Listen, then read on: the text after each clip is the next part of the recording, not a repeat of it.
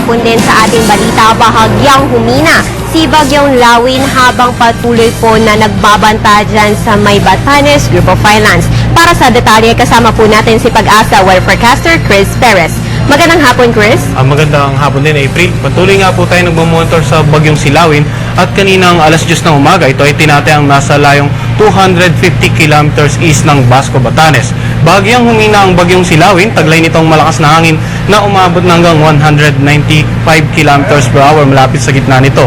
Ang pagbugso ng hangin naman, inaasahan natin aabot na hanggang 230 kilometers per hour at patuloy itong inaasahang kikilos sa direksyong northwest sa bilis naman na 13 kilometers per hour. Bagamat hindi tumatama ang Bagyong Silawin sa anumang bahagi ng ating bansa, nakataas ang storm warning signal number 3 sa Batanes Group of Island. Storm signal number 2 naman sa Cagayan kasama Calayan at Babuyan Group of Island, habang public storm warning signal number 1 naman nakataas sa Ilocos Norte, Abra, Kalinga, Apayao at sa Isabela. Yung mga nabanggit po nating lugar, posibleng makaranas ng masungit na panahon na may maalon hanggang sa napakaalong karagatan, kaya't patuloy po yung pagpapaalala natin sa mga residente sa mga nabanggit na lugar, mag-ingat po sa mga posibleng pagbaha at pagguho ng lupa. Habang yung naninira naman na malapit sa mga baybaying dagat or coastal areas ay pinapayong mag-ingat sa malalaking pag-alon na maaaring may dulot ng nasabing bagyo.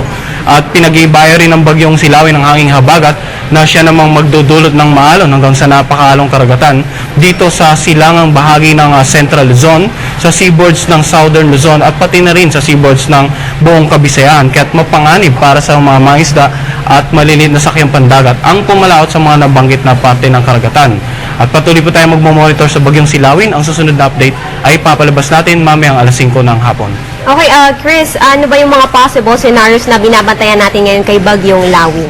Well, April, sa ngayon hindi po natin inaasahan na direktang tatama ang sentro ng Bagyong Silawin sa anumang bahagi ng ating bansa. Subalit, dahil sa malapad ang rain bands na dala nito at yung lakas ng hangin, gaya nga ng nabanggit natin, kaya't meron po tayong mga nakataas na warning signal sa nakararaming bahagi ng dulong hilagang Luzon. Okay, kailan ba nang lalabas itong si Bagyong Lawin sa ating PAR? Kung magpapatuloy naman po ito sa kasalukuyang bilis at direksyon ng pagkilos nito, inaasahan natin na tuluyan na itong lalabas ng ating air responsibility sa Sabado ng umaga at tutungo dito sa may bandang Southern Islands of Japan. Okay, huling katanungan na lang, Chris. Sa ngayon ay mainit dito ngayon sa Metro Manila. Makakaranas pa rin ba tayo ng pag-ulan mamayang hapon at gabi? Yes, April. Bagamat maaraw ngayong umaga hanggang ngayong tanghali, asahan po natin na mayroon pa rin po tayong isolated rain showers or thunderstorms dito sa Metro Manila, sa ilang bahagi ng Kabisayan at sa buong Mindanao. Dulot po ng mga tinatawag nating localized thunderstorms. Okay, maraming salamat, Chris. Maraming salamat din, April. Ayan po si Pag-asa weather forecaster Chris Perez para sa detalye nitong kay Bagyong Lawin at sa lagay ng panahon natin ngayong araw. Narito naman po ang pagtaya ng panahon sa mga pangunahing lungsod ng bansa.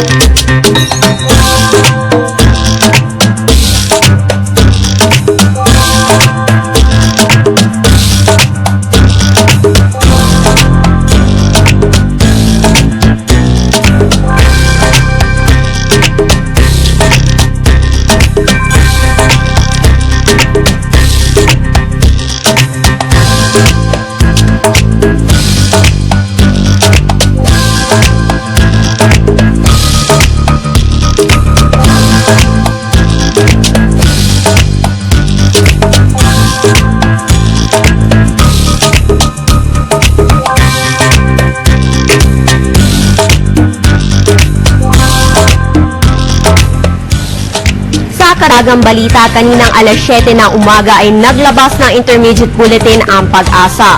Kung maaalala, ang Pag-asa po ay unang naglalabas ng severe weather bulletin tuwing alas 5 ng umaga. Ngunit kanina, for the past 2 hours kasi, ay nakita nila ang pagbabanta ng bagyo sa Batanes Group of Islands nga. Kaya't kinailangan maglabas agad ng intermediate bulletin dito kay Bagyong Lawin para nga sa kahandaan ng ating mga kababayan. At minsan nga lang po mangyari yung ganito, kaya ugaliin tumutok sa PTV kada oras para sa Panahon TV Express upang makasigurong updated kayo sa lagay ng ating panahon.